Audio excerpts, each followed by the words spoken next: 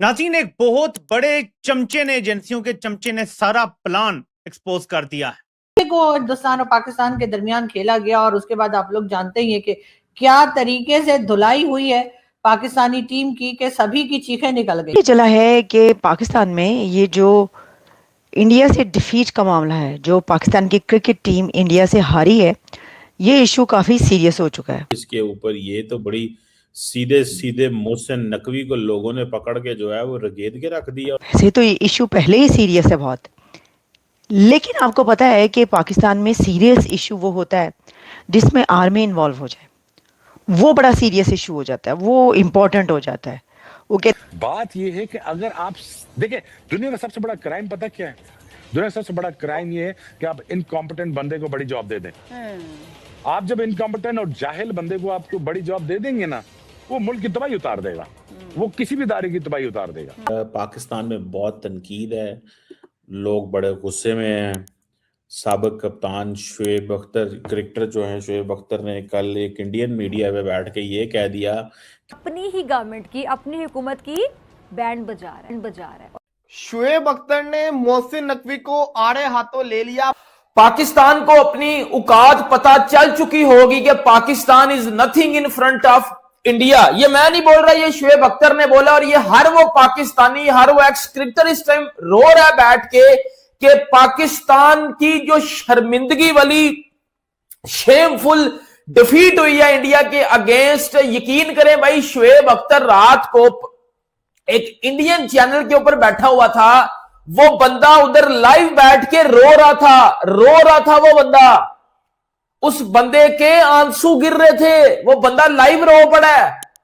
इन्होंने, शुएब अख्तर ने फिर मोहसिन नकवी को भी नहीं छोड़ा, उसने कहानी के पैसे को तरजीह दी जा रही है उसूलों पर, यानी पाकिस्तान को डिस्टेबलाइज करने की कोशिश की जा रही है। सच्ची बात है, दुख बहुत हुए, पर गली मोहल्ले के बच्चे भी इनसे अच्छा खेलते होंगे यार। एक तो ये सारी बातें मेरे को कर करके यार लगा दी कसम से यार, ये क्या खेला आपने? लाइक 61 रन से आपने इंडिया को जीतने दिया, वो भी इंडिया ने आपको इतना कम टारगेट दिया। अभी इंडिया ने आपको 200 अबव नहीं दिया, ठीक है, 176 टारगेट दिया, उसमें भी आप 61 रन से आपने इंडिया को जिता दिया। हाँ जी, अब तो इसको देखना पड़ेगा, क्योंकि इसमें तो जो है ना वो फौज इन्वॉल्व हो गई, इसमें तो ये आ रहा है।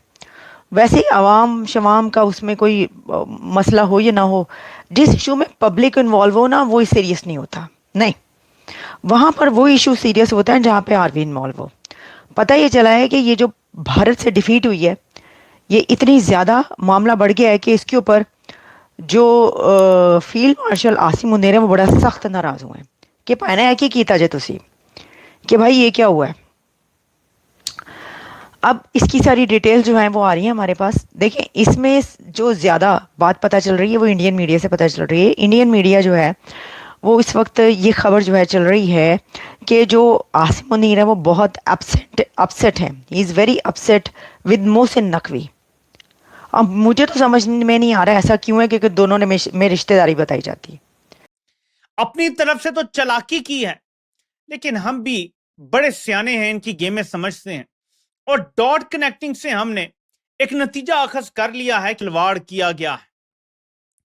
मैं आपको थोड़ा सा पीछे लेके जाऊंगा, क्योंकि मेरे पास जो चीज मौजूद है वो आपको दिखाता हूं। मोदी जी का दिमाग इतना चलता है ना, और पाकिस्तान के लिए तो हमेशा उल्टा ही चलता है।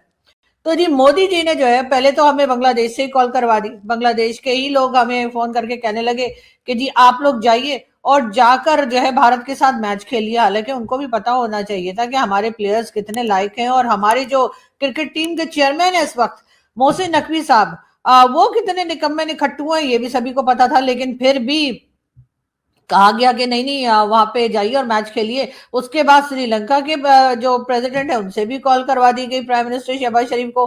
मोहसिन नकवी साहब 1-2 दिन पहले ही पहुंच गए, और वहां जाकर मैंने सुना है कि उन्होंने पाकिस्तान की टीम को खूब खिलाया पिलाया। जी हाँ, बर्गर वर्गर और क्या कुछ शौरमा, न जाने क्या कुछ, बिरयानी सब खा पी कर, क्योंकि कई बार हमें इंडियन मीडिया ने भी कहा कि जी मैच से एक दिन पहले इतना कौन खाता है। भाई इसलिए खाया था क्योंकि पता था कि मैच के बाद जूते खाने, तो जूते खाने के लिए उससे पहले कुछ खाना भी तो जरूरी होता है। अब तो आपको पता ही है कि हमारी टीम की जो हालत हुई है, यानी जिस तरह से धोया है। लेकिन बात सारी ये कि ये फिर वही बात आ जाती है कि ये है जी रा की साजिश, ठीक है ना।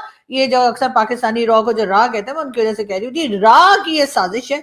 और इसीलिए जो है वो हिंदुस्तान ने हमारे साथ खेलने में दिलचस्पी जाहिर की, और जिस वक्त हमारी टीम ने कहा था हम नहीं खेलेंगे, उस वक्त जी विक्रांत गुप्ता और कई दूसरे जो जर्नलिस्ट हैं, यानी स्पोर्ट्स जर्नलिस्ट, वो बार बार कह रहे थे पाकिस्तान भाग गया, पाकिस्तान आया नहीं, पाकिस्तान खेल नहीं रहा, पता नहीं क्या कुछ कह रहे थे। और ऐसे कह के वो हमारी गैरत को जगाने की कोशिश कर रहे थे। हमारी गैरत जाग नहीं रही है, ये अलग बात है, लेकिन खैर उसके बाद हुआ ये कि हमें तो समझ आ गई थी कि जिससे पहले भी जो है वो 7 बार हम हार चुके भारत की टीम से, तो अब दोबारा जाएंगे तो उसके बाद फिर वही सारा कुछ होगा, तो इसलिए हमने सोचा कि ना ही जाए तो अच्छा है। बहरहाल, लेकिन जैसे कि आप जानते हैं मोदी जी की तो आपको आदत पता है कि उन्होंने तो जब पाकिस्तान के पीछे लग जाते हैं तो बस फिर लग ही जाते हैं।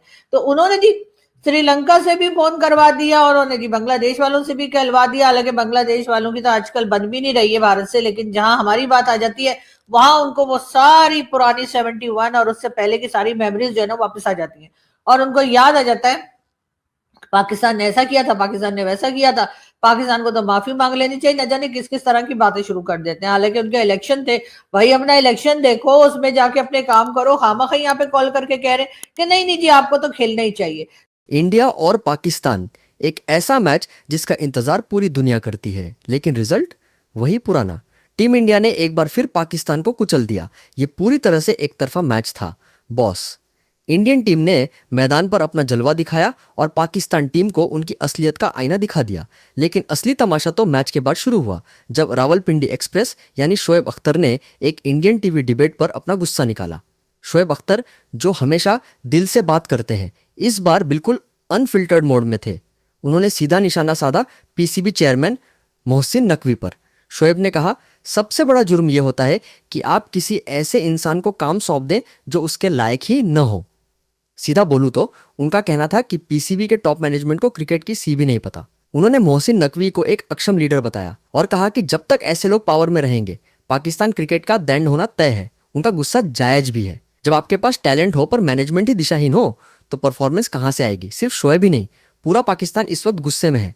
सोशल मीडिया पर मीम्स की बाढ़ आ गई है और फैंस का गुस्सा आसमान छू रहा है।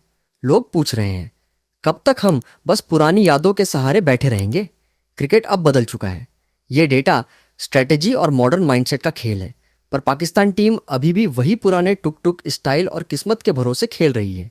इंडिया की परफॉर्मेंस देखकर साफ लगता है कि वो नेक्स्ट लेवल पर है और पाकिस्तान अभी भी ग्राउंड लेवल पर ही संघर्ष कर रहा है। शोएब अख्तर का ये बयान अब वायरल हो चुका है और पीसीबी के लिए ये एक बड़ा वेकअप कॉल है। क्या मोहसिन नकवी और उनकी टीम इससे कुछ सीखेगी या फिर अगली बार भी हमें वही पुरानी कहानी देखने को मिलेगी? आपको क्या लगता है, क्या पाकिस्तान क्रिकेट में बड़े बदलावों की जरूरत है? कमेंट करके जरूर बताएं।